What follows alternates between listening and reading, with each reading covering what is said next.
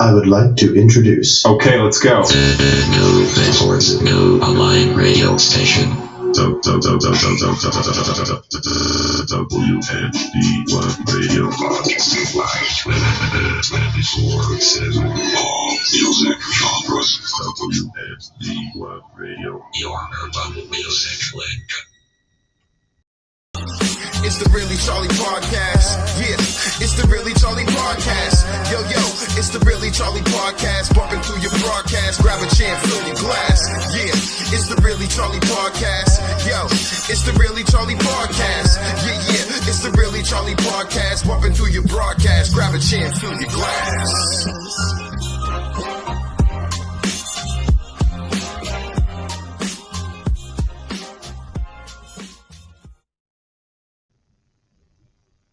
Hey, you are listening to WNB1 Radio, and I'm here with my two fabulous guests.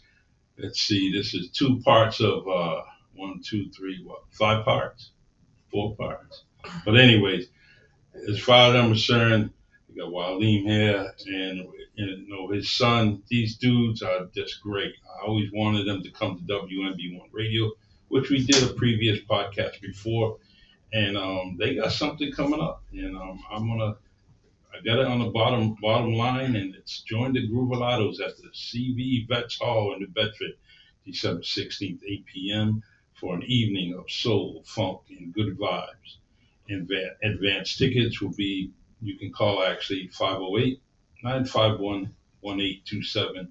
And the address of the Cape Verdean Vets Hall is 561 Burgess Street, New Bedford, just almost downtown New Bedford, just about 2 blocks away, right on Purchase Street. So if you know where downtown New Bedford is, just go further south, and the Vets Hall is right there. And they will be there December 16th. All right, fellas, what's up, man? Oh, man. A lot of fun stuff. I see it. I see you. I see you on social media doing your thing. Sounding great as always. Thank you. So I'm glad that we were able to get in contact with each other again, and bring you to WNB1 Radio, because I think you need to be a part of this station. You need to be a part of this community, because things that you're doing greatly appreciated on my end and so many other people's end, and much needed.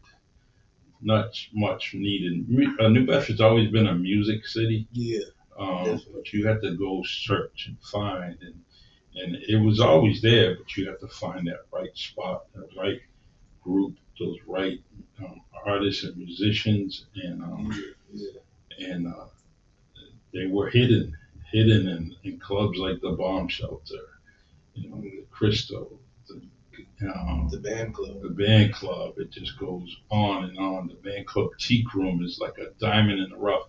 I wish I could just kind of put a recording in that teak room in the band club in the back, and just let all the ghosts talk to me. If like they say, if I was a fly on the wall, but I would just like to hear those stories and from Joe Lai Gonzalez and all the different musicians, Freddie Combs, and it just goes on and on and on.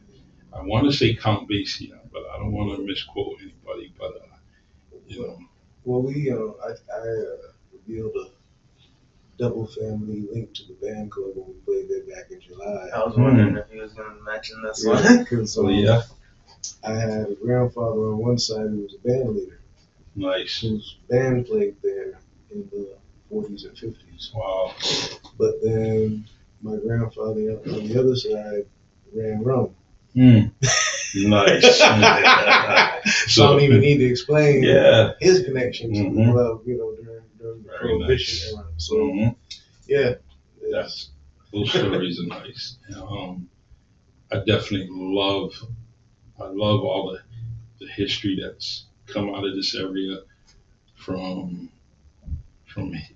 Providence to Cape Cod to Deep Cape Cod, and all the different things that we can all talk about, and That would be a great documentary. Well, Just that in itself. well, I did a research project Hmm. because, people don't want to talk about it, but it was like when you start to get north of New York, you start to get into territory that's a lot like the Deep South Hmm.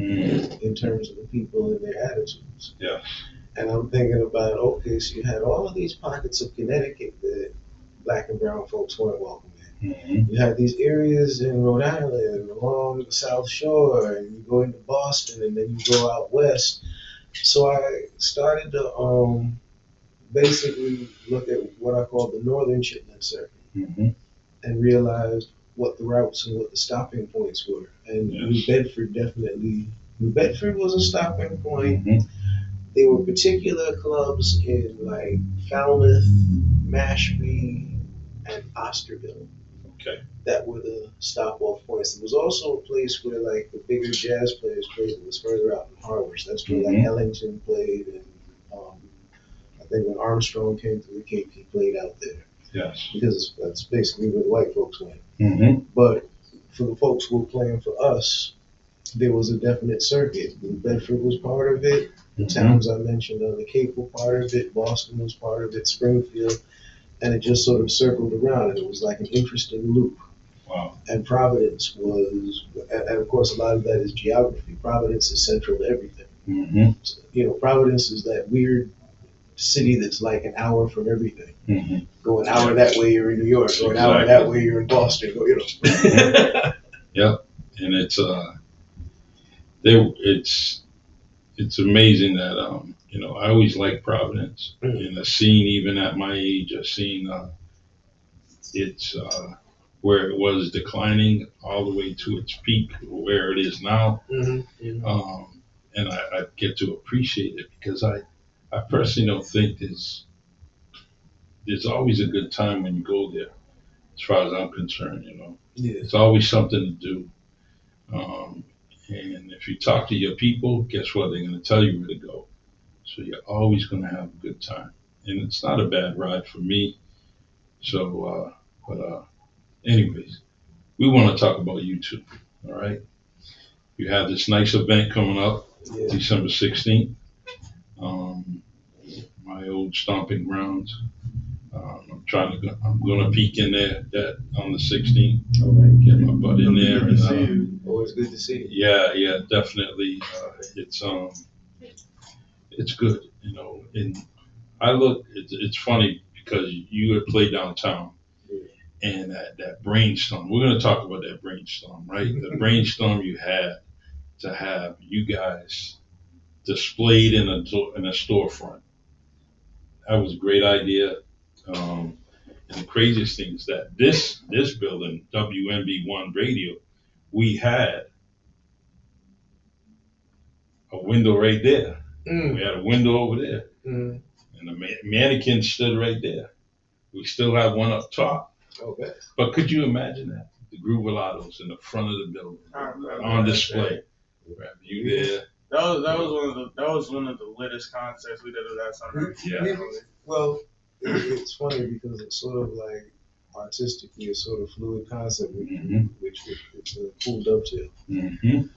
The Groovalados started honestly as a jam session, and it was sort of a therapeutic jam session because we would do a couple of the guys have been touring players, and that's a rough and tumble gig. I was a session player. Okay. And that's got its own interesting situations. And then, of course, I ended up getting a contract, and that was the worst time of my career, being signed. So I was just coming out of that shell shock. So it was just cool to get together with guys and we were just jamming and playing and having fun and finding our vibe. And after doing that for a couple of years, it was like, let's go play out. Yes. And sort of, we were then kind of a bar band. And then took a break. And the drummer, Eddie Ray Johnson, and I then got back together and like, we need to pick this back up. But one of the things that he and I always talked about was the whole thing of being basically black musicians and love the R&B and soul and funk, but you on Cape Cod, so you're gonna play rock. You know? Yeah. And so you know, we're versed in Aerosmith and Very that nice. kind of thing. But by the same token, it was both of us. You know, we're there singing Parliament Funkadelic songs, and Jamie Wolf was a blues player, is looking at us like, wait, what? And we're like, you don't know that tune? Yeah. You know? Yeah. And but the thing was, so with that, when we put the band back together, we actually talked about number one, a band is a philosophy. Hmm. It's not the players. Yes. It's the players are the people who can function within that philosophy, but a band itself is a philosophy. This is why Count Basie's band is able to continue long after Count Basie passed away. And the same thing with the Ellington Orchestra. Hmm. They're able to continue because it's a philosophy. Yes. And so from the foundation, we looked at it as this is a philosophy. It should also be a musician workshop Hmm. because something I was particularly keen to being jazz based was the fact that that's really what a lot of the jazz bands were. You know, Mhm. early on when Coltrane is playing 4 Miles, nobody knows who Coltrane is, and he's there playing with Cannonball Adderley. And Cannonball Adderley is there telling him, "No, man, you gotta do it like this. No, man, you gotta do it like this." And that's his workshop, because then when you see Coltrane come out and it's like now he's Coltrane, Hmm. a lot of that goes back to that early woodshedding.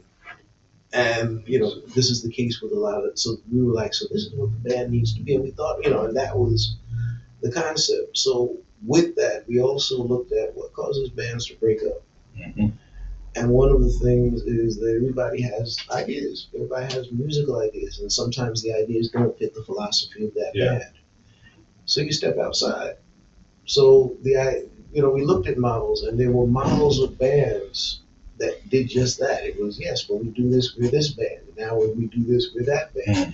Hmm. Two of the best models that I can point to are Parliament Funkadelic and the Wu-Tang Clan. Yes. You know, and so we looked Hmm. beyond their music. We just looked at their structure. Yeah. And sort of like that fluid concept. So with that, you have the Groovalatos. When we all come together, we're the Groovalatos. Hmm. But ZYG 808 has Mhm. music. That's his music. That is not Groovalato music. Hmm. I have music. That's my sound. That is not Groovalato stuff. We end up with different, we end up with the house music, EDM sound. Mhm. That's where Wamtronica comes in, Yes. which again is like a completely different sound than our individual Hmm. pockets. The craziest thing is my main attraction to you all was basically you. I mean, we met in Falmouth. Yeah. You gave that first impression. I was like, this dude's cool, man. I like this.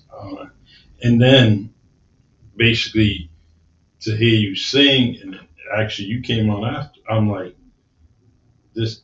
You guys got my attention first. Oh, wow. All right. Love at first sight, and I want to thank just that opportunity for me to go out there.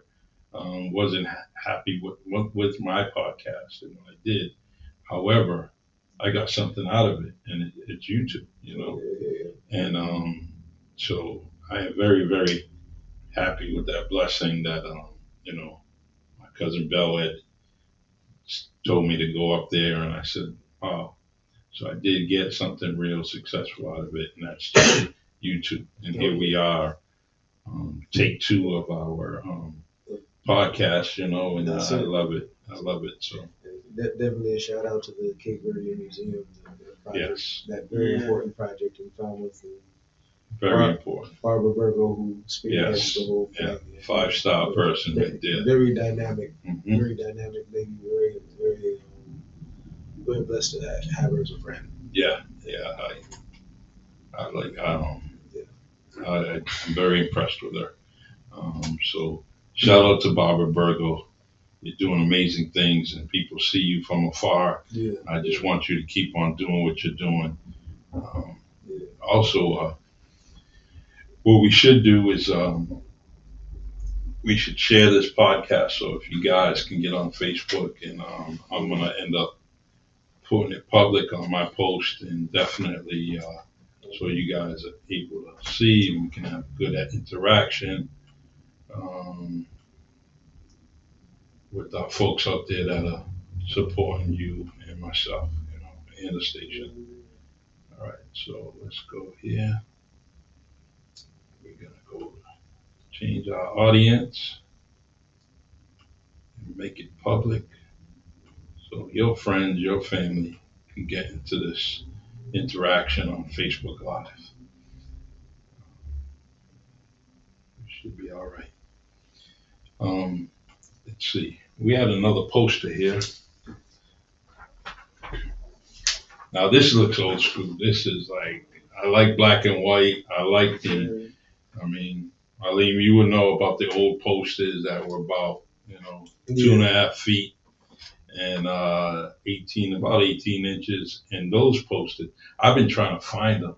I don't care who it has on it. I just want one of those old school posters. Well, it's funny, you mentioned that because in getting used to flyering around, let's go, kind of goes back to what we were saying. Part of the tie together with the Rubelatos is we have a theater company that we're revitalizing, Oversoul Theater Collective.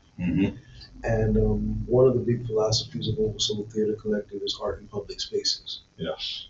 That theater doesn't have to take place in a theater.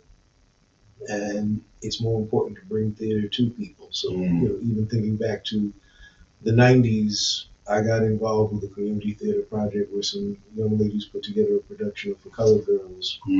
And because of how they were doing it, I'm like, yeah, this is the kind of stuff we do.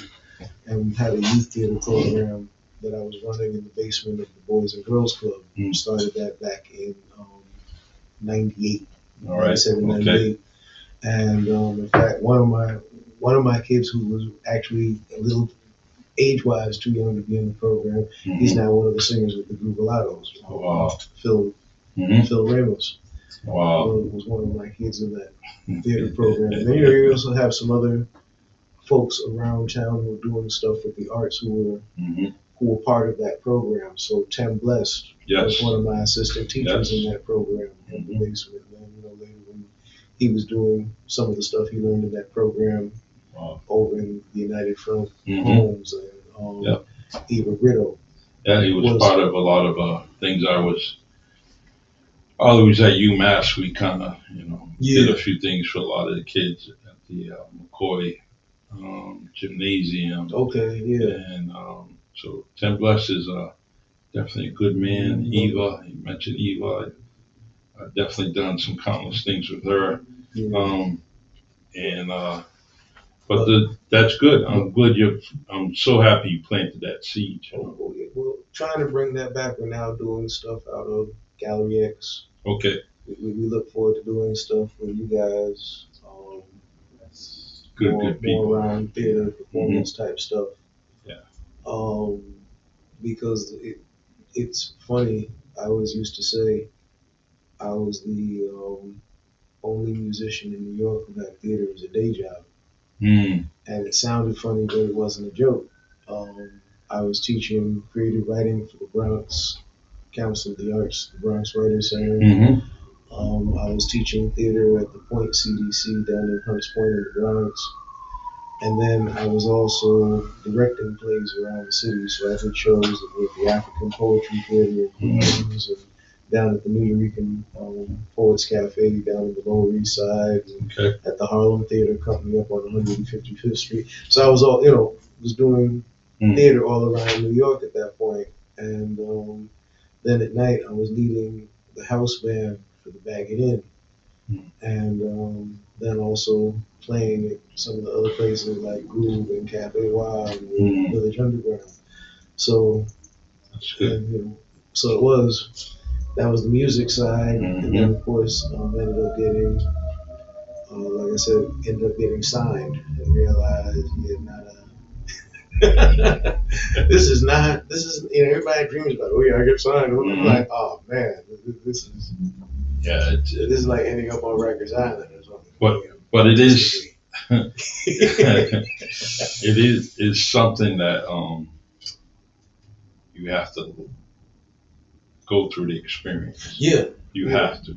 And whether it's good, bad, or ugly, at least want to go through that experience, because your experience probably taught you a whole lot more Oh yeah. for what you're doing now Oh, yeah. and in the future. So But it was the theater that it was interesting because the theater was the piece that held it together. Because the theater was the part that had UMass look at me to come teach there. very nice. And it was the work in theater and the work in video and film and so forth. So,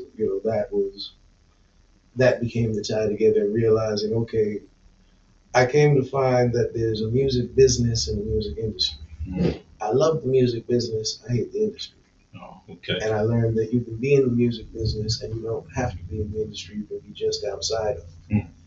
And realizing when I did the math, for example, in the music business, I went in the studio, made a recording, pressed it up as CDs. Well, before that even. Yeah. I actually have my early stuff's on vinyl.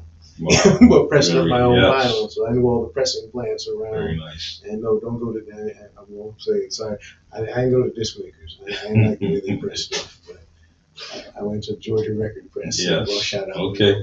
But nonetheless, getting stuff pressed up on CD, getting it pressed up on vinyl, getting it out there, that was the music business. Coming to the radio stations like this one, the college stations like UMass, like Emerson, getting to know those DJs, the radio stations that still actually dealt with, oh, I like the record, I want to play the record, I like the artist, and I like the record, I want to play the record. So the old WFNX, for example, and BCN, getting the music that way, and on the CDs, getting it out and getting it in people's hands. Well, the thing was, you had a vibrant open mic community, and learning that, okay, and the way you make money on the open mic community is you have product to sell. Yes. So I had books and then I had CDs, and found that I sold books and I sold CDs, and people bought heavy CDs. Well, I realized hand to hand out of my car trunk, I ended up moving about 12,000 copies of a CD. I believe it. And then, and it was like, oh, bet. And so then the next natural step was suddenly you start hearing from labels. And the thing is, you think at first, I'm going to be real, you think it's a joke. I get an email from somebody claiming to be A&R who wants to talk to me about my EP. And I'm looking and I'm like, okay, it is Tommy Boy. Yeah. It's the actual Tommy Boy web address that the email is coming from. What? Yeah, And so you you actually then start getting meetings and you start talking to people.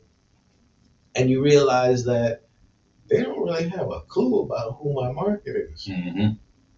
Yep. Because it's, and I realized, this is where I realized the industry is about shaping, not about the music. Yeah. They're about, okay, well, this is the sound that we're trying to push now.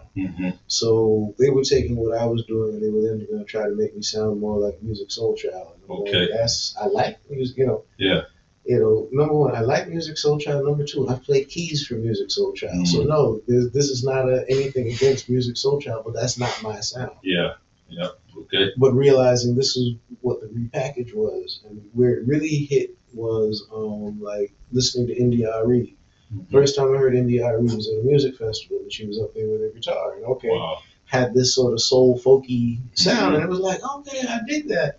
And then I hear video, and I'm like, oh wow, they found one part of your guitar and they just looped it. And so what they did was they basically made a hip hop record. She's fabulous, though. She is. Oh yeah.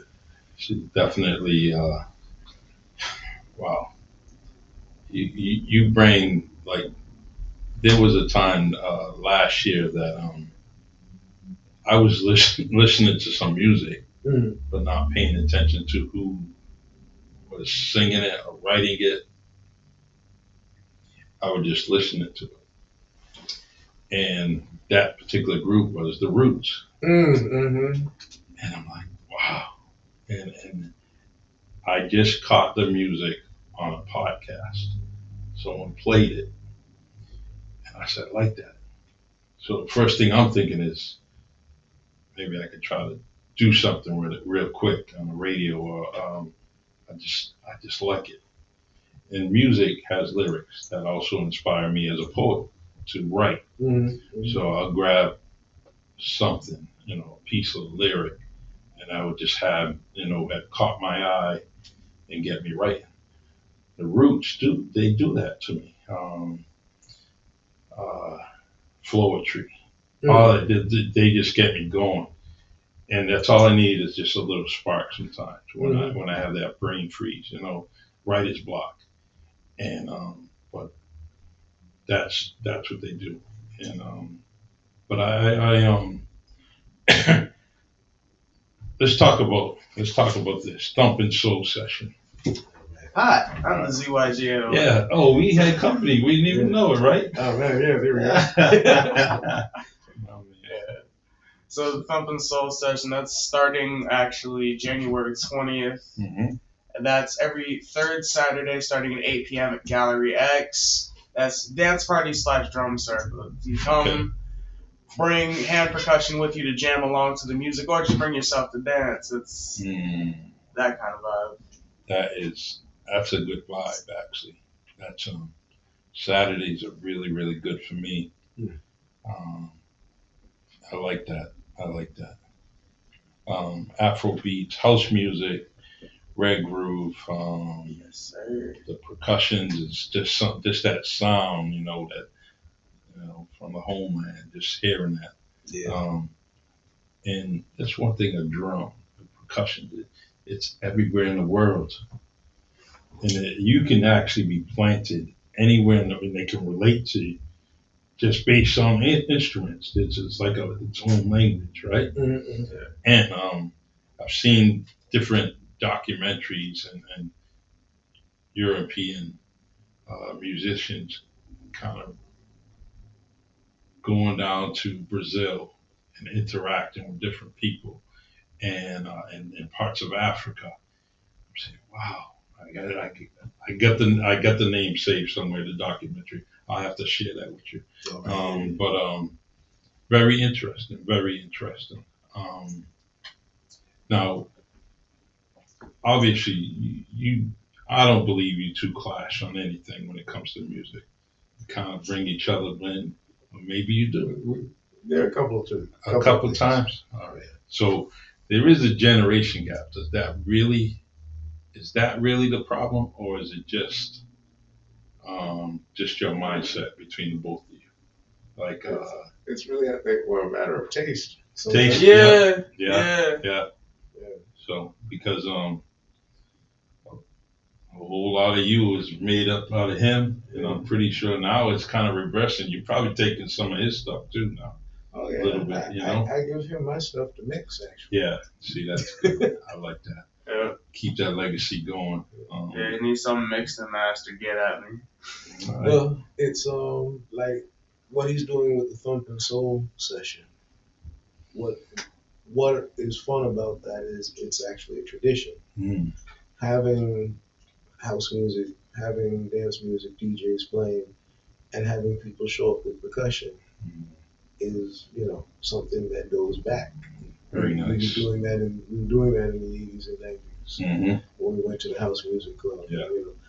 And the other piece of it is, it's a Gallery X. The other piece of it is the house music clubs were not your regular nightclub. It was not, because most of them were alcohol free. Yeah. And a lot of it was because, well, we're not selling alcohol, but people are here to dance. So this is where you had bars that were selling water and energy drinks and energy mixes and that kind of thing.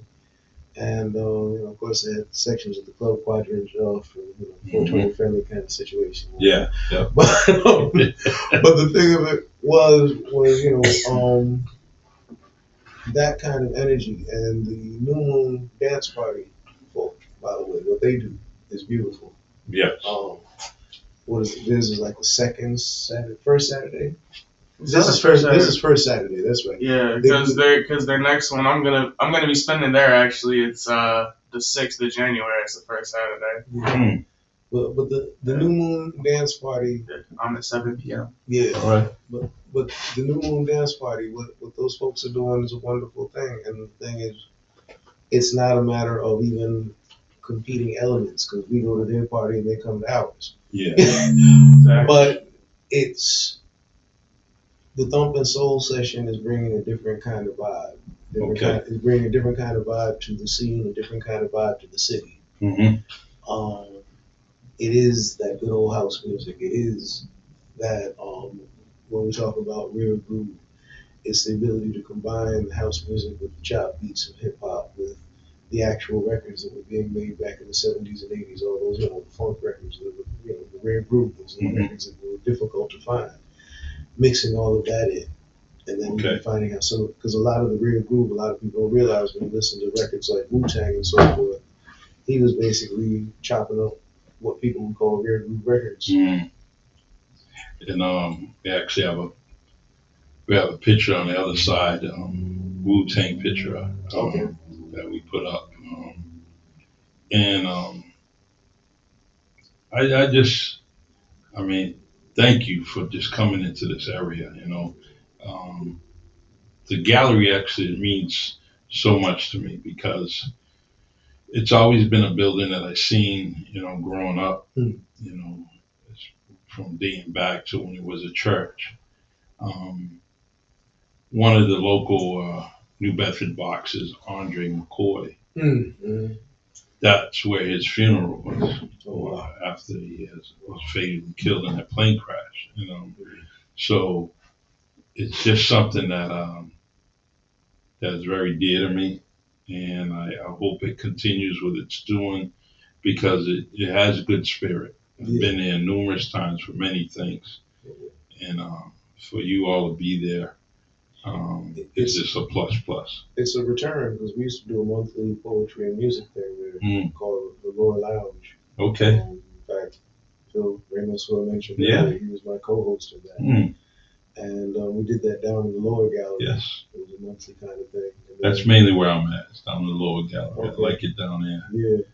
Did a few poetry things there. Yeah. Yeah, we're trying to use the upstairs because those acoustics. And we're bringing in our subwoofers so that it's going to be nice. It's going to be nice. Can't wait. Can't wait to see that. The how this happened at the Vets Hall? Did you go there? Someone reach out to you? How did you schedule your event there? I know your manager is awesome. She can we give her a shout out? What's her name again? Rhea Reynolds. That's it. She definitely. I should have. She sparked me that when you out there on Pleasant Street, she just. I said, you know what?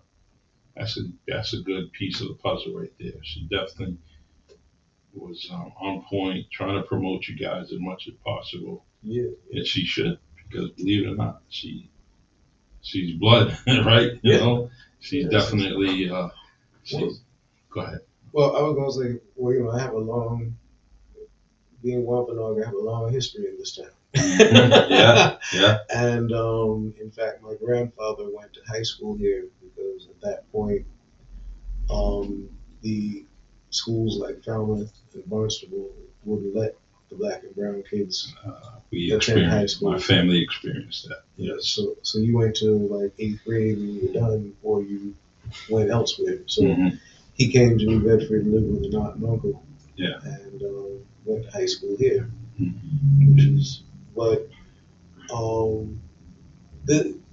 every artist needs a home city. And, Mashpee is beautiful, beautiful place to live. It's where my family's been for thousands of years, literally. But it's not a city. Yes. And it's not a city for the kind of stuff that we do. New Bedford is our home city. Good. And, one of the funny discoveries I made, personal discoveries, when I turned in my application to join the Prince Hall Mason, which is a Union Lodge before here in New Bedford. Yes. Well, I get a call from one of the brothers who was like, was your grandfather named Stephen Peters? I said, yeah. He said, oh, he was a member of this lodge in the 20s, right? Wow. So it was kind of finding out that I didn't even know he'd been a Mason, but then found out, okay, I'm coming into his lodge. So the tie to the city was like that. Also learning, like I said, about my mother's father, who was in New York. He came from Barbados, but he led a band. His band played the band club. Wow. Played right here in New Bedford. So there's a tie to it. For me, there's a tie to the whole thing. For him, there's a tie to the whole thing. Yes. We lived in New Bedford when I first came back to Massachusetts after Okay. New York left me shell shocked. I Mhm. started teaching at UMass. I lived right over on Park Street. Very nice. So he started. Pre-K to second grade, I went to Kearney. Nice. Yeah. Nice. And shout out to Kearney. That's a wonderful institution. Yeah, Dr. Sure Waters. is. Dr. Waters built a wonderful school, and Mhm. I'm happy to say, when he was there, it was Karen Treadle and Ross Grace, and they kept that. Yes. They kept that energy very much in place for one of the top performing schools in the city. My cousin June Pina was there, Okay. and she retired, but they just had a great nucleus there. Yeah. And if something needed to be fixed, it was going to be fixed by the end of the day. This was it. And that's what I liked about that crew. Dr. Waters is all over the place. Oh yeah. He's Shout out Miss Ankle and Miss Montero. all right. Yeah, second grade and first grade. Yeah. I also got to remember Miss Gordon. Miss Gordon, we had Oh. Kindergarten. Yeah. Nice. But also, but to answer your question, in terms of the CV vets, reached out to them, Mm-hmm. and one of the reasons I did, I wanted to, the first place we ended up playing in New Bedford was actually Cisco's. They came and got us. Okay. And I'm a historian, and I'm a professor of Black Studies. Mm-hmm. And I wanted to play the places that meant something more to the musicians that are of the tradition we come out of. I The agree. jazz players, the funk players, the R&B players, Mhm. the soul players. And the band club. So, like I said, the youth theater, for example, that I had back in the 90s, Mm-hmm. when we did our production, we did it down in the Tiki Room at the band Yeah, club, yeah. And Mm-hmm. when we were actually just going around handing out flyers, that was when we ran into Miss Silva, and she was like, "Well, would you guys come play here?" Mm-hmm. Yes. And so it was like, "Yeah, my grandfather played here, so yeah, I gotta play here too." Exactly. Playing in the main room. So we played the band club, but then I was also like, "Well, I want to play the Vets." And I'm glad we got to play Dougie's before they closed. Yeah. And Dougie's actually my cousin, by the way. All right. He's a Pac-Man. I love his stories. Yeah. Dougie Grace has some amazing stories. Oh, yeah, and a great musician as well. He sure is. And Calvin played in my band years ago. In fact, the broken Zildjian up on the wall they had hanging on the wall, he broke at my show. Wow. And He's see, it's weird because Calvin, I remember since the day he was born, and he hasn't changed from. But he's that young, he's that grown man that I was proud to see grow up. yeah. And I'm trying to get him here on a podcast. Calvin, if you're listening, you need to come on, man.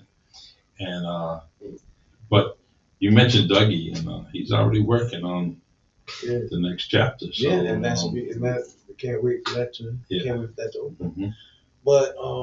But yeah, the CV Vets was definitely one of the places that it's sort of like, you stop off places that are part of that history. Yes. And there's a duality to the difficulty that the places are experiencing. Mm-hmm. And I have a bad habit of being honest about things. Yeah. You got to stay that way. But Stay that way. the Cape Verdean Vets Hall needs the community support. Mm-hmm. But by the same token, there needs to be more respect to the community. Yeah.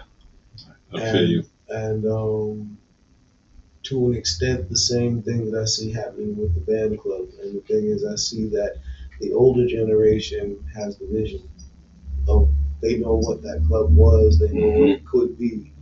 The younger generation doesn't see it, so the younger generation isn't getting behind it, and they're the ones flipping the switches. Mm-hmm. And that's what's making it difficult, because there could be a flourishing scene. Yeah. And you have now the Zeiterion is closed down. This is opportunity. Mm-hmm. But it's opportunity that's not being capitalized on. And it's sometimes, like for example, it was funny, we approached the CV Vets Hall And it was like, oh, well, we have to come see you. Mm-hmm. And there was already a buzz about us all over Yeah, the city. yeah, definitely. And they were supposed to show up to Doug's, and they didn't show up. Yeah. And so I called. I'm like, all right, you were basing it on coming to a gig you didn't even show up for. Mhm. You'd have seen a room full of people. Yeah. Because footage from Doug's has been in a promo video Yeah. since we played there. Yes. And it was sort of like it shouldn't be that hard. No, it shouldn't be. We're a band who wants to play a space, and the thing is, with the community, this is also why we started doing more and more, pushing more and more of our solo stuff, because it's sort of like we've gotten used to being paid festival price. Mhm. We've gotten used to being paid private show price. We've gotten used to being so. When we do a community show, it's at a remarkable discount, and we're doing things like, okay, we'll work for the door, we'll split the door, Yep. and still there becomes an argument about that. And Wow. I'm like, we got people who gotta pay us. We'll say a figure that ends in a K. Mm-hmm. Yeah. And it's a feel you. plural. Who got and they got to pay us that whether one person shows up or Mhm. 1,000. So Yeah.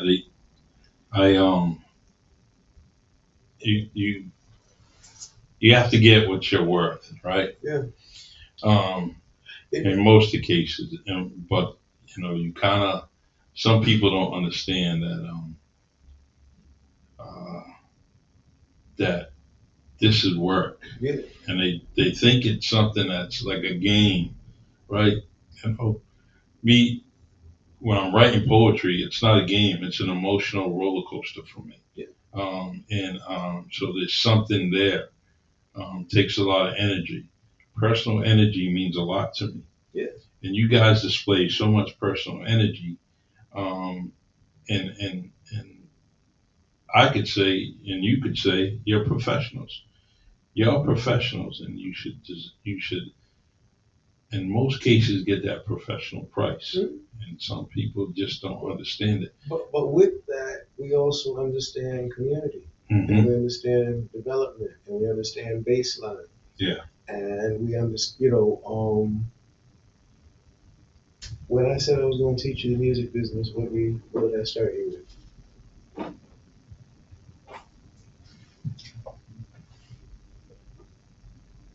I mean, how far back do you want me to go? When I first was showing you the music business side, Yeah. I got you a cocktail drum kit, a microphone, Yep. and, The summer going into high school, a bucket, my busking days. and I taught him Mhm. busking. Wow. And he busted a little bit with the Groovalados because we did that. That was Mhm. actually when we did the album, the Ask Your Mama album. That was how we promoted it. Wow. We couldn't book bars on the Cape. So Okay. what I then did was research free speech laws on the Cape, and we would just set up guerrilla street shows and put a bucket out and realize we're making more money out of the bucket than any of the bars that are paying. Very So nice. we stopped playing bars for a long time and instead did street gigs. And Provincetown became one of our main spots. Yeah. But Did you capture any of those moments? yeah, Like the video? And some of it, okay, in fact, a lot of it's still on Facebook and stuff. A lot of people's Very live nice. videos. But we ended up doing an entire tour that way. That would have been 2018 Yeah. because we ended up playing the streets down in New York City. We played Mhm. down in Union Square Park and so forth. Yeah. But that was to show him the actual principle of what the music business is. The music business is having the product put in front of people appreciating the product, people Mhm. interacting with the product, people interacting with the artist. Yeah. And that is the basis of the business and the revenue. That's not the industry. Mhm. And And that's what you talked about earlier. but that was the introduction to the business side. Yeah. And that same principle of being a street performer works when you're playing in a club, Mhm. when you're playing an arena, because the street shows kind of got you ready for when we played Gathering of Nations powwow. Yeah. You're in front of, literally in front of 48,000 people. It's like, yeah, okay, they get the same show as 5. Yeah, exactly. Yeah, because you only have that. You have that same feeling whether you're singing or playing. It's it's going to be that same feeling. Yeah. You can't change. Between what you all learned and who you learned it from. You got to do it right. You have a legacy. So at least when I see you, I think of him. And when I see him, I think of you.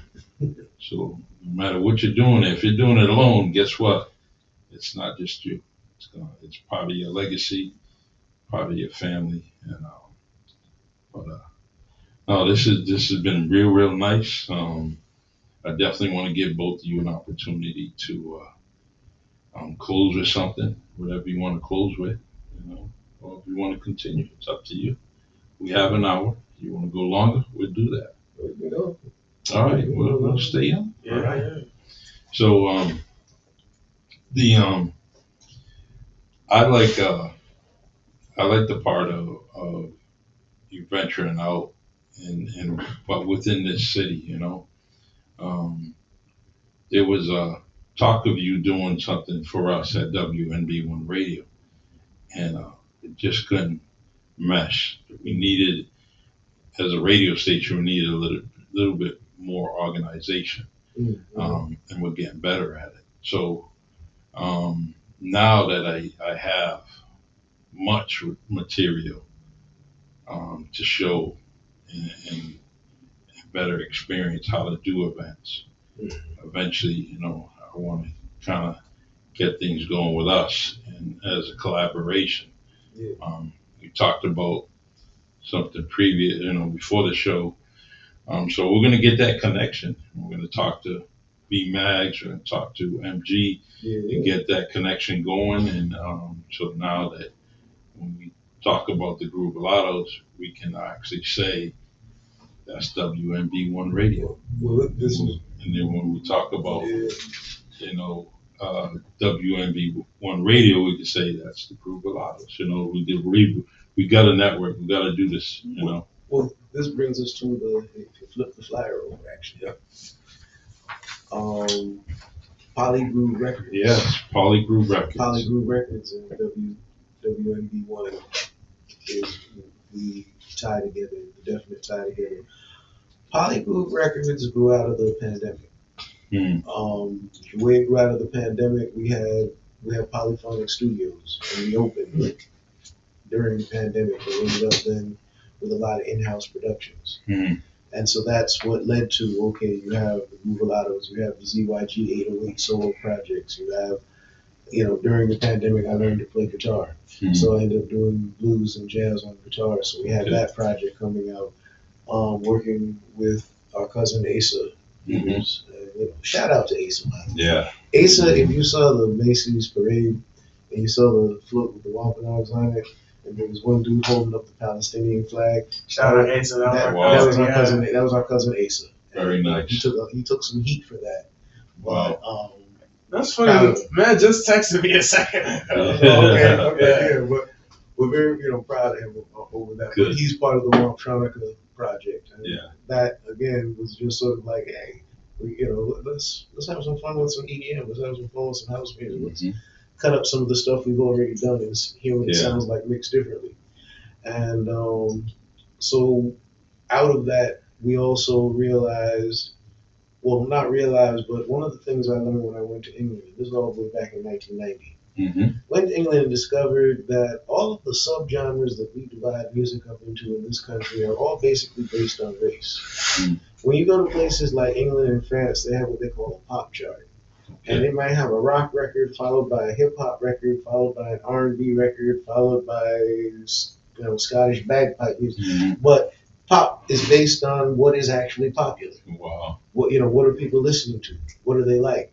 And so it was interesting to see that when you get to come to a country like this, you have the urban chart, and you have the R&B chart. Now you have the soul chart. Now you have the pop chart, which has a lot of R&B on it, but this is R&B that white people like, or R&B or white people are singing. So it's the pop chart. I mean, and it's insane. Yeah. And then it's like, well, we have rock, but we have rock, but we have country, and we call it country because those are poor white hillbillies, and we have and we have rock because those are the poor white kids in the city. And this is really how a lot of those charts are subdivided. Yes. So what we looked at was, especially when you grow up here, you end up listening to rock, you end up listening to country, and on Sundays when you could get, 360 out of Brown University, yes. we got to have our R&B and hip hop for one day a week, or if you were able to get WILD or whatnot, or some of the underground stations like that.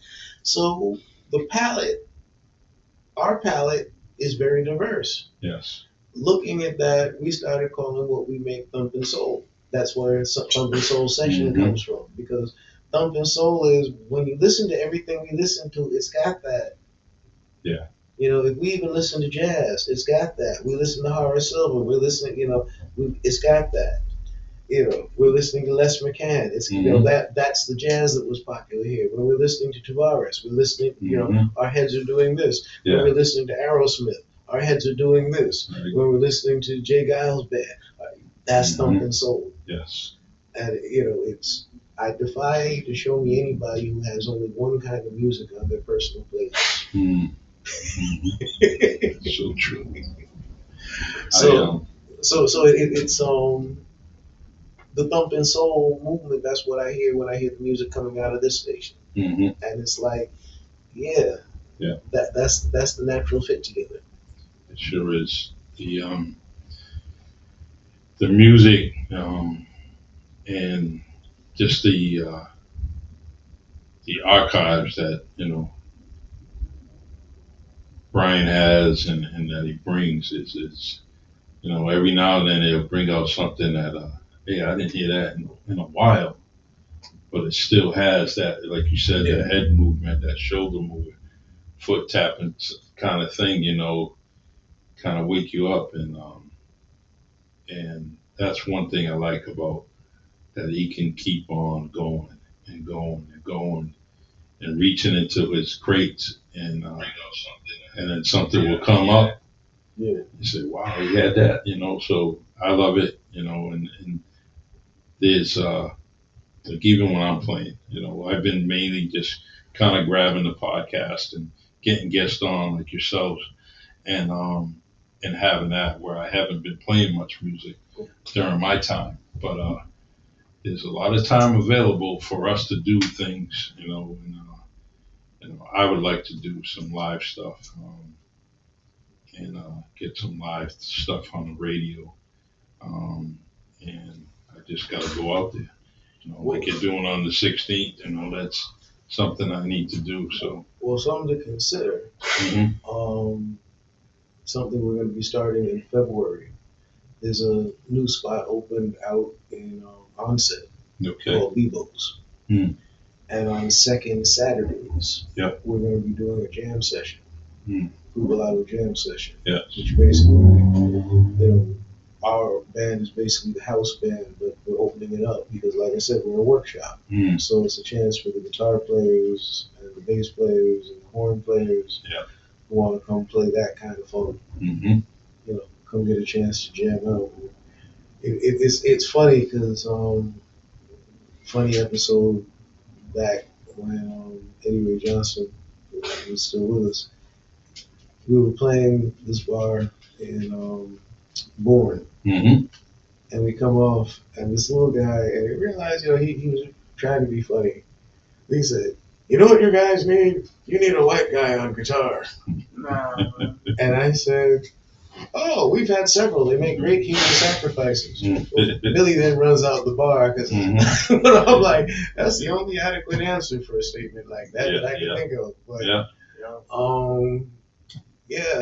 but it's a chance for the little white guys with guitars to come play some, And I'm glad you said that because there's just so many people that they're doing so much stuff on their own, Yeah. And like I tried to get that jam session with a few of my relatives. They were all doing different things. They're all doing their individual things. Yeah. And I said, look, why don't you get together in a jam session? Just do something. All all right? And I'll record it. It's something that's for our history, our family history, for your kids, your grandkids, your cousins. You know what? And your inspiring cousins to kind of play that instrument or sing that song, right? So do it. Come on, let's do it. They wouldn't get together. However, most of them live closer to onset. Mm, So now I can bring the idea up again there you go. and Come rock it out. and Yeah. get them right there. So, got to grab a couple of them out in Marston's Mills and have them come over the bridge and I figure out here. Marston's Mills, I mean, 6 is right there. 6 Mhm, is yeah, just get up. Right You'd be down surprised. You'd be surprised. The fear of the bridge seems to go in like two Oh, directions. this- I'm glad you mentioned it because my cousin doesn't cross the bridge from east to west. This is She won't at all. this happens in both directions. It sure does. I had to get used to when people in New Bedford were saying, "Oh, I went out to the Cape." Oh, where'd you go, Marion? Yeah. And I'm sitting there looking like, I thought you said you went out to the Cape. And then I'm feeling like a definitely. snob because I'm like, that's. We, there's myself and a friend of mine. We like correcting people when they do say that. There's a whole other town you gotta drive through before Yeah, you're even it is, next to yeah. the Cape. Yeah. You know what? If you're saying Wham, you're kind of all right. That will give you a pass on Well, that. they have a big sign that says Gateway. The gateway. But- Yeah, even that's the gateway. I mean, even Buzzards Bay, because Yeah. it's like it's part of Barnstable County, but like It's, you're still not across the bridge. Well, part of why we put our studio, well, originally we put it in Buzzards Bay, now we're in Wareham, but part of why we put Polyphonic this side of the bridge, it's the psychology of you have people who, coming from Boston, want to come record. You say Buzzards Bay, you say it's this side of the bridge. Oh, okay. yeah. And for some reason, that extra 10 minutes is like, oh my God. Is that So, is that nightmarish thing about crossing that bridge either direction. I don't get it. I really Just don't. pretend the sidebar is not there. Yeah. Just pretend it's not there, Yeah, and then I you'll be don't- fine. But you see, here's the thing. See, I'm a different type of guy. The bridge is actually my great grandfather. He worked on that bridge. Okay. So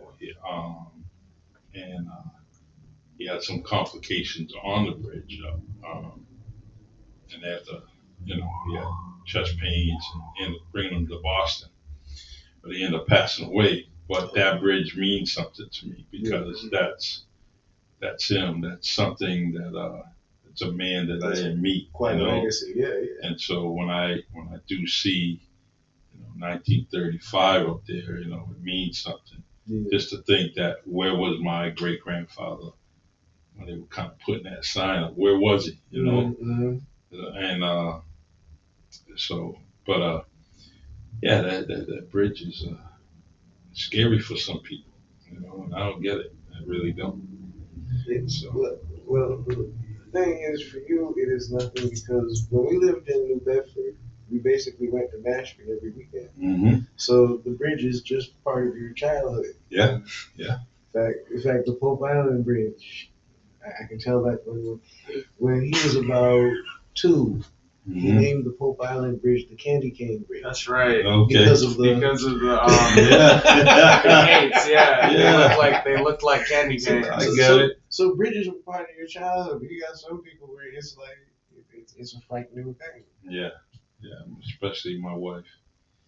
I said, no matter what bridge we go over, you're going to be on the railing side. So, and everywhere you want to go from the Cape to Fall River to New York, she's got to go on a bridge. So So you gotta cross a bridge to get to Everywhere, Providence. you know. Yeah. Well, there are a couple of oh my God bridges and a couple of oh my God lanes on bridges. Like you ever gone to the bridge that takes you from Jersey into Delaware? That's one where is there still a road under me? What's still in there? Mhm. The way Yeah. it's shaped, it's like you don't see the road really in front of you. You just see sky, lots and lots Wow. of sky. That's kind of troubling. Then there's the Edward Koch Bridge in New York, Mhm. otherwise known as 59th Street. Yes. there's this lane that's just a single car lane that all you have is a stone wall on this side and all you can see is the East River on that side. And that's like okay, just get me across, just get me across, just that kind of, so yeah, there are a few bridges. Yeah. Then there's that one in it's not really a bridge, it's a tunnel, but the one in Maryland where the tunnel just suddenly starts in the middle, out in the middle of the water. Yes. Yeah, when you see that from a plane, that's really disturbing. It's just like all of a sudden you just disappear. Definitely, my daughter, one of my kids, definitely, she was explaining it. Yeah. And I said, man, your mom wouldn't even attempt that. She probably, I don't know, there's no way around it. So, well, there is ways around it, but she definitely wouldn't have done that, Yeah. I told her, you're on the turnpike. I mean, you go through the tunnel, in Boston, just listen to the music, Just do something for a little while. That fear is crazy. I want to ask, and I don't remember, but you came up with Zig 808. Talk to me about that. What's it mean? What's the acronym mean? What's the numbers mean to you? Oh, the Zig part actually existed long before the 808 came into the picture, because Zig, I've had that name since before I was born. Okay. Actually, because my parents didn't know the gender yet, but they didn't want to keep saying the baby. So they took the first three letters of the word zygote. That's why it's ZYG, by the way. Okay. And people spell it wrong all the time, and that's when they're not calling me Zach, Zeke, or Jake. Okay. But basically, that's not a joke, by the way. I've been called Jake. Yeah. So ZYG, from the supreme alphabet, zigzag, zig, Y, God, the path to knowledge itself is a journey full of challenges and obstacles. And basically, when I started making music, that was the name that I performed with. It was, for the longest time, I was just going by the ZYG. I was up in Boston one day. I was busking. This was while I was busking.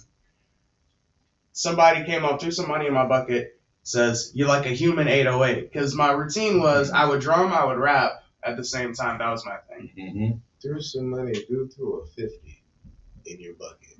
Wow. And said, "You're a human 808." You're not 50. Wait a minute. No. Yeah. I'm like, some money. I'm like, that was the 50. Wow. Hold up. Okay. Okay. See, that's some history. Yeah. That is real nice. The I like this. I see this man on TikTok, IG. He's got this big sign, "Come sing with me." And strangers come, they sing with him on the street, and he plays along, and some great musicians, right? I said, I would like to get that dude and kind of bring him to New Bedford,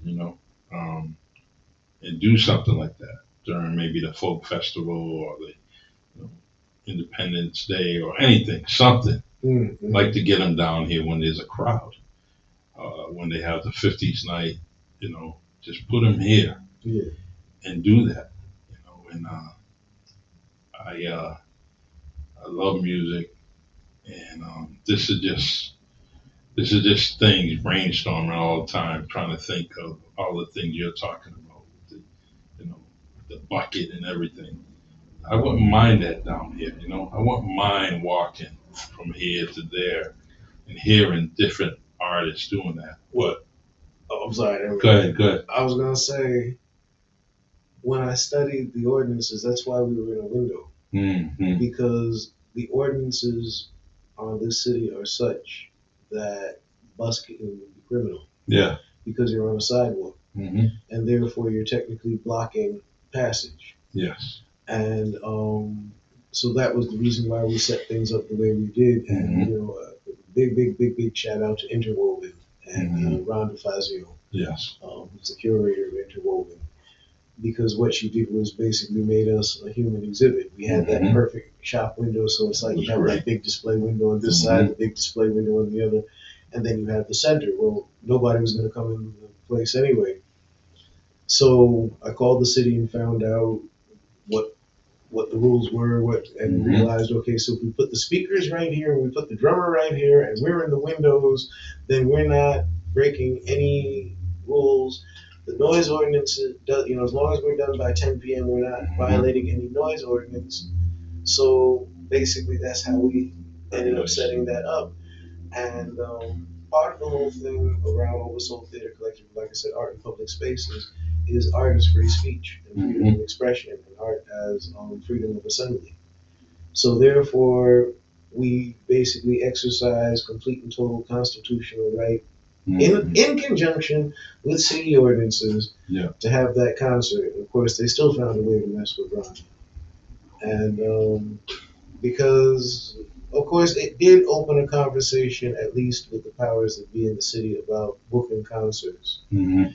Because the reason why we picked that night in particular is you're going to have a band called the Funky White Honkies. But then to top it off, you have the Funky White Honkies, and you don't even have any black or brown R&B or funk bands. You don't even have a mixed band. You don't even have Funktopus on your roster. But this is who you have supposedly representing this sound. So we were like, okay, we're gonna do a show around the corner at the exact same time. It was like, okay, theirs starts at 6:30, fine, ours starts at 7. And we had our folks down there and they were handing out flyers. Well, weren't they surprised to find people getting up and leaving their show and coming up around the corner with their chairs and sitting there in the street and sitting there in the lawn across the street, right there in City Hall.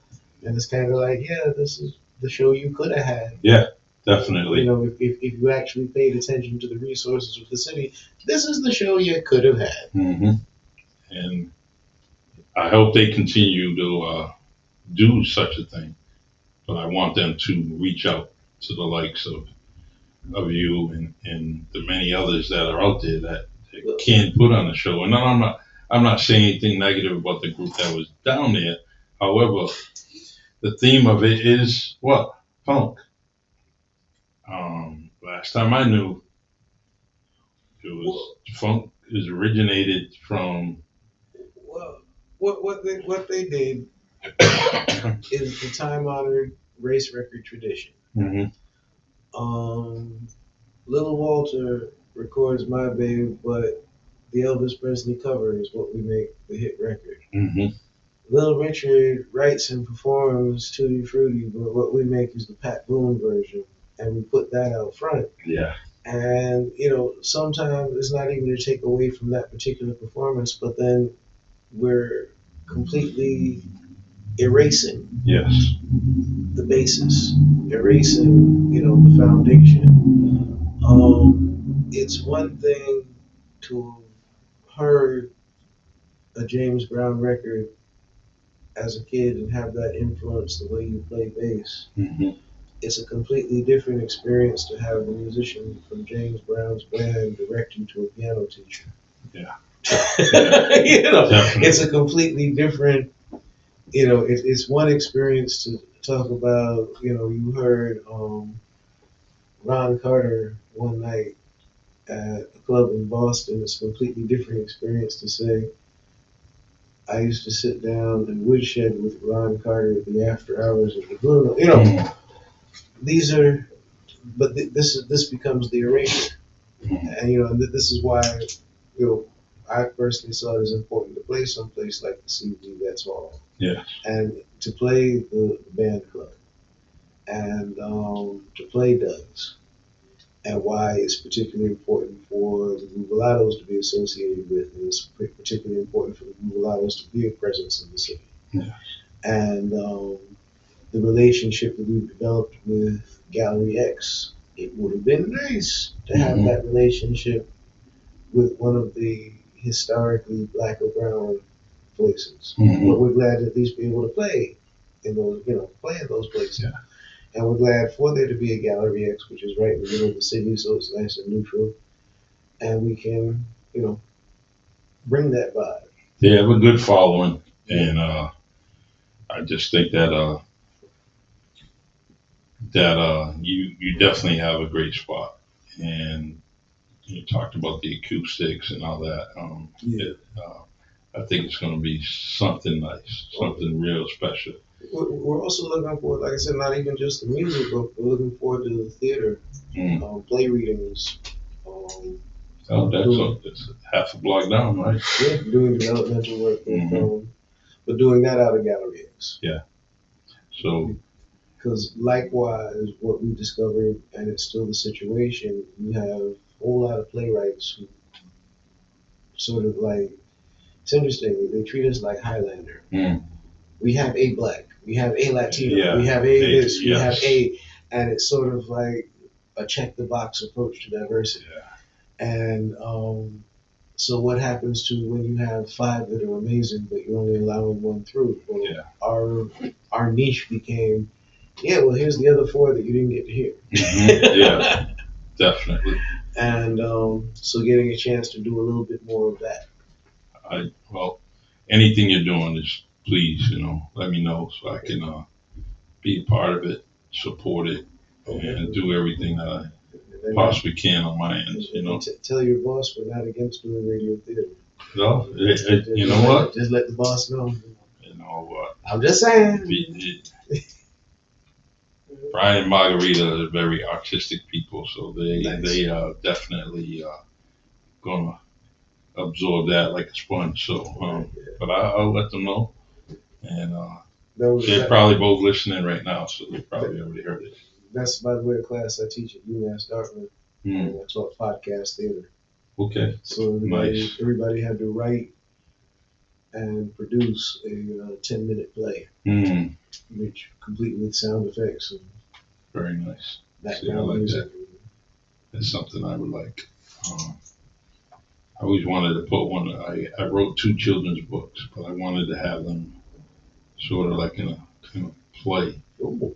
And really would like to do it. One was kind of based off the Bay Village, which is near the band club. And then the other one was actually 2 young boys that I used to drive to school every day. And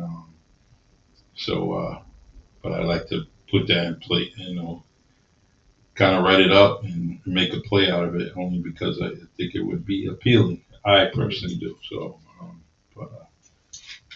all right. Well, we're going to definitely have to end this. All right. But it's not our last. It's not our last thing. We got to do this again.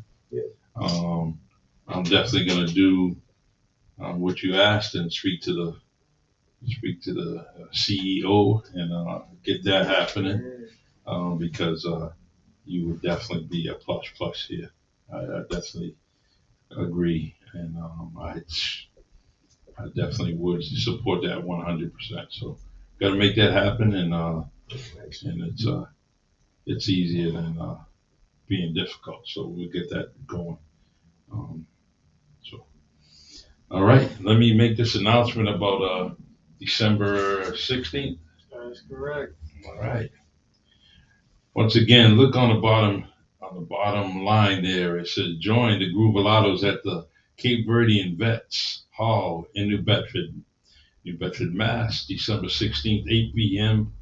For an evening of soul, funk, and good vibes. Advance tickets, call 508-951-1827. That's 508-951-1827. The address is 561 Purchase Street. That's December 16th at the Cape Verdean Vets Hall. And this is also brought to you by the Cape Verdean Vets Hall and Polly Groove Records. This is part of the Groovalados and SIG 808. These are definitely some great musicians. Go to Spotify, go wherever you have to go and listen to their music. You want to start your day off, put some music on and play it from your devices. And but we definitely have to put you in a rotation here at WNB1 Radio. So I'm going to share that email with Brian Magnet, and he can try to get that up there. All right. Excellent. And if you visit polyphonicstudios.com/PGR, we have a We have a playlist of our music. It takes you right to SoundCloud, so you don't need any kind of special membership or apparatus to listen to it on that system. We have a playlist on Spotify called Thumpin' Soul Essentials, which is music from our label and some of the other artists around will, just vibing in the same kind of way, coming with the same kind of good energy. Nice. And also, you can join our. We have a mailing list. Actually, it's better than a mailing list. We have the Thumpin' Soul Mob, and you can join the Thumpin' Soul Mob. And the Thumpin' Soul Mob is a little bit of fun because when we do our bigger shows, that's the VIP section. That's the Thumpin' Soul Mob. When we come out with new music, sometimes the alternate mixes or the outtakes and that kind of thing. Okay. These are the things you can get access to on MP3 when you're part of the Thumpin' Soul Mob. And, those special goodies and that sort of thing. So, love it. But if you go, like I said, polyphonicstudios.com/PGR, as in Poly Groove Records. You can find the links to all that stuff. And Very nice. And let me say, Poly Groove Records, the sound of a good time. That's our See that? We gotta sign you up. We gotta get you on. Be one of our commercials, definitely do that. But anyways, I'm always glad to see you too. Likewise, brother, likewise. And everything associated with the Groovalados. I remember it was funny, standing in the window at the spot, you can't really see outside because you're getting a glare. Mm-hmm. But I'm like, I see somebody shooting around with a camera. I'm like, I know that's my brother right there. Yeah. Yes. And it's the one thing that I'm happy to see is that they appear on my laptop or on my phone, and it just how you get those sporadic dates and times or whatever, and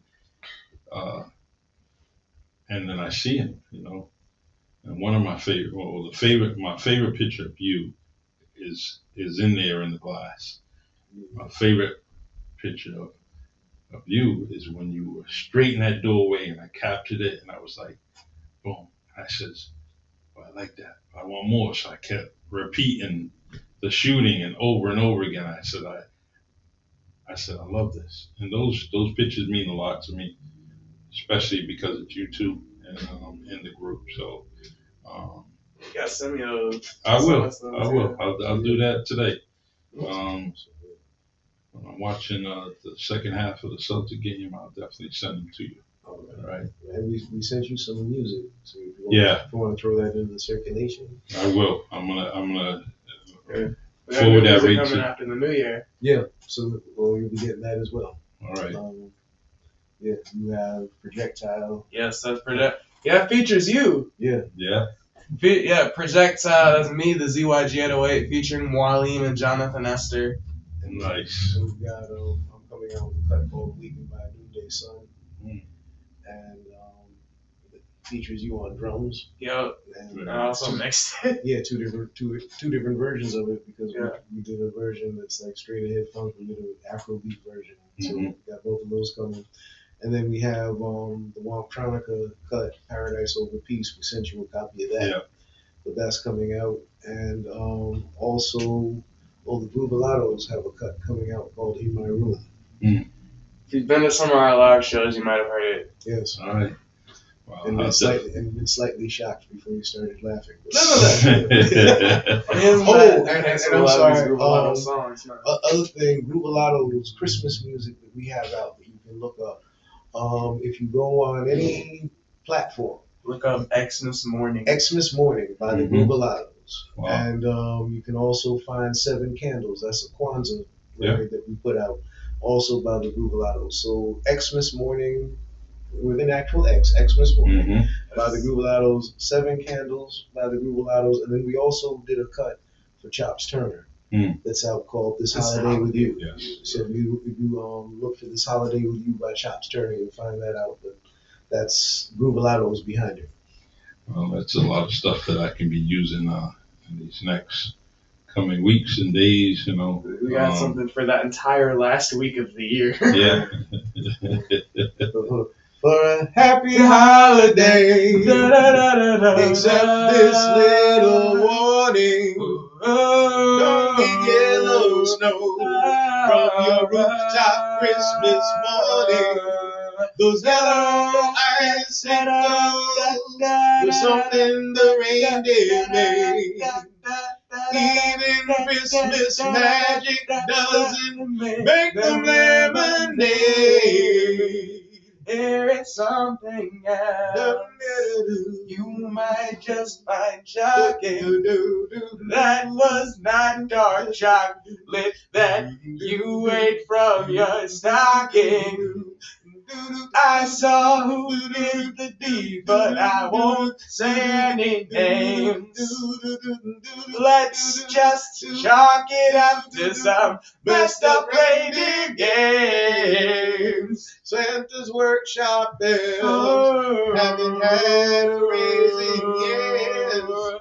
Most folks say they don't exist, so no one really cares. If Santa had any sense in his head, he'd take better care of the folks who feed his reindeer and pack his sleigh.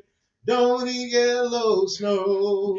Don't ask me how I know. Just don't eat yellow snow from your rooftop Christmas morning.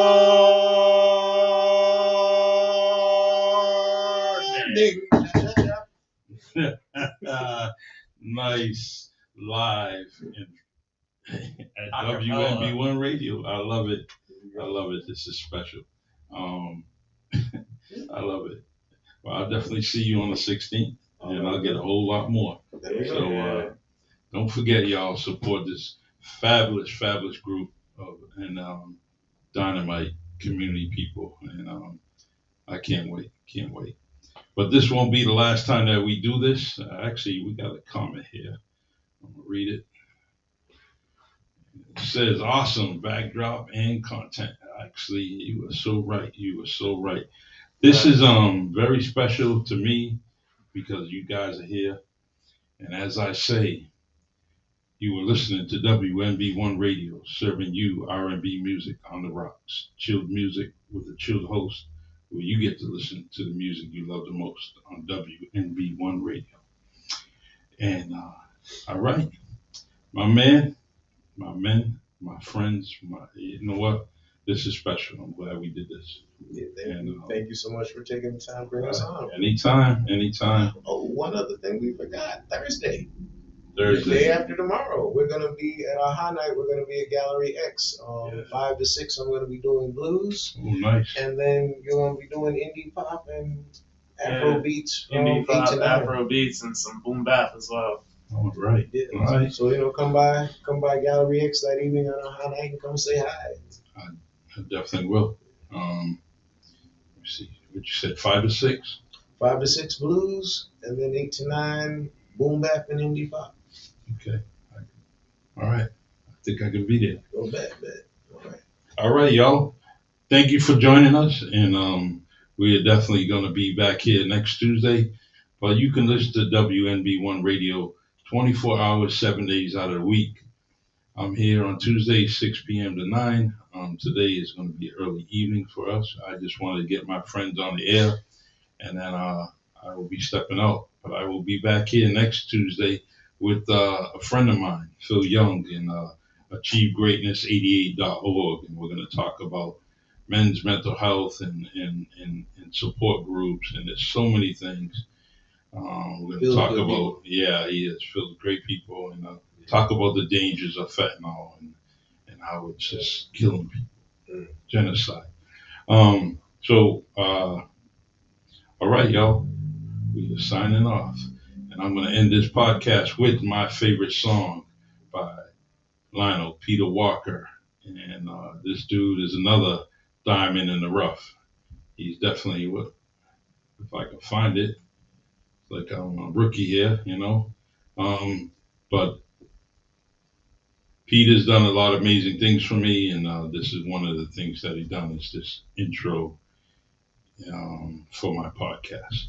All right, y'all. I'll see you later. God bless. Be blessed. it's the Really Charlie Podcast. Yeah, it's the Really Charlie Podcast. Yo, it's the Really Charlie Podcast. Bumping through your broadcast, grab a chair, fill your glass. Yeah, it's the Really Charlie Podcast. Yo, it's the Really Charlie Podcast. Yeah, it's the Really Charlie Podcast. Bumping through your broadcast, grab a chair, fill your glass.